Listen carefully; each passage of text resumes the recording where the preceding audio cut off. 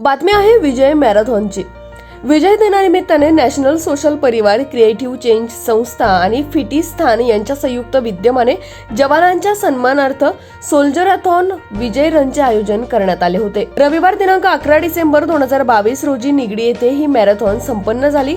यावेळी खडकी येथील colonel doctor Ratansingh Mukherjee paraplegic rehabilitation सेंटरमधील ध्यानचंद पुरस्कार विजेते नील बहादूर गुरुंग, बास्केटबॉलपटू सुरेश कलकी, प्रशिक्षक अमोल बोरीवाल, बॅडमिंटनपटू प्रेमकुमार आळे, अविनाश मोरे, नॅशनल सोशल परिवारचे प्रमुख अनिल मित्तल, कैलास पारिक हे उपस्थित होते।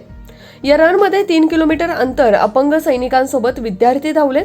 काहींनी सायकलिंग केली। तंदुरुस्त भारत आणि जवानांच्या सन्मानार्थ हा उपक्रमासाठी पुढाकार घेतला होता। या रनमध्ये महाराष्ट्र सिव्हिल फोर्सचे 25 जवान आणि ज्ञान प्रबोधिनीच्या क्रीडाकुलचे विद्यार्थी सहभागी झाले होते। या उपक्रमातून जमा झालेला निधी हा जवानांच्या पॅराप्लेजिक रिहॅबिलिटेशन सेंटरला देण्यात आला। कार्यक्रमाचे आयोजन क्रिएटिव्ह चेंजच्या प्रमुख कानन पटेल, नीता मित्तल, मृणाल पाटील, श्वेता बोरा यांनी केले होते। सूत्रसंचालन अतुल शिंदे यांनी केले। आकाश शेट्टी, किरण संघवी, ओम करोकर, नंदू शिंदे, आनंद पटेल, रत्नप्रभा पाटील यांनी विशेष सहकार्य केले। यावेळी कर्नल डॉक्टर मुखर्जी काय म्हणालेत पाहुयात। पहिल्यांदा एक मॅसेंजर होता जे दुसऱ्यांनी अटॅक केल्यानंतर आपल्या राजाला सांगायसाठी 42 किलोमीटर जेव्हा पळाला होता ना तो, तेव्हापासून एक फुल मॅरेथॉनची चालू झालेली सुरुवात। आणि ही आहे आपली सेकंड फोल। ज्यावेळेस आम्ही कमी पडू ना त्यावेळेस तुम्ही मागे लढायला तयार असायला पाहिजेत, म्हणून ही मॅरेथॉन आहे। ठीक आहे, तर हे सगळीकडे तुम्हाला पाहायला भेटेल। मॅरेथॉन रनर भरपूर आहे आणि आज जी सेकंड जी म्हणालो ना जनरेशन आहे ती तुम्ही सांभाळायची, लहान लेकरांनी जास्त करून।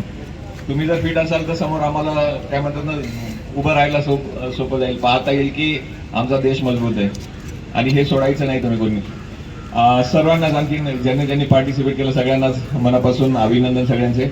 आणि आम्हाला इथे बोलवल्याबद्दल ऑर्गनायझर आणि ह्या मॅरेथॉनचे आमचे कानन मॅडम वगैरे यांचं सगळ्यांचे धन्यवाद। ही दौड 1971 साली मिळालेल्या विजय दिनाचे स्मरण करण्यासाठी केली जाते। आमचे फौजी अपंग असून देखील आंतरराष्ट्रीय स्तरावर पदके प्राप्त करून एक देशसेवेचे कार्य अखंडित करत आहेत। ही बाब आपल्या सर्वांसाठी प्रेरणादायी आहे।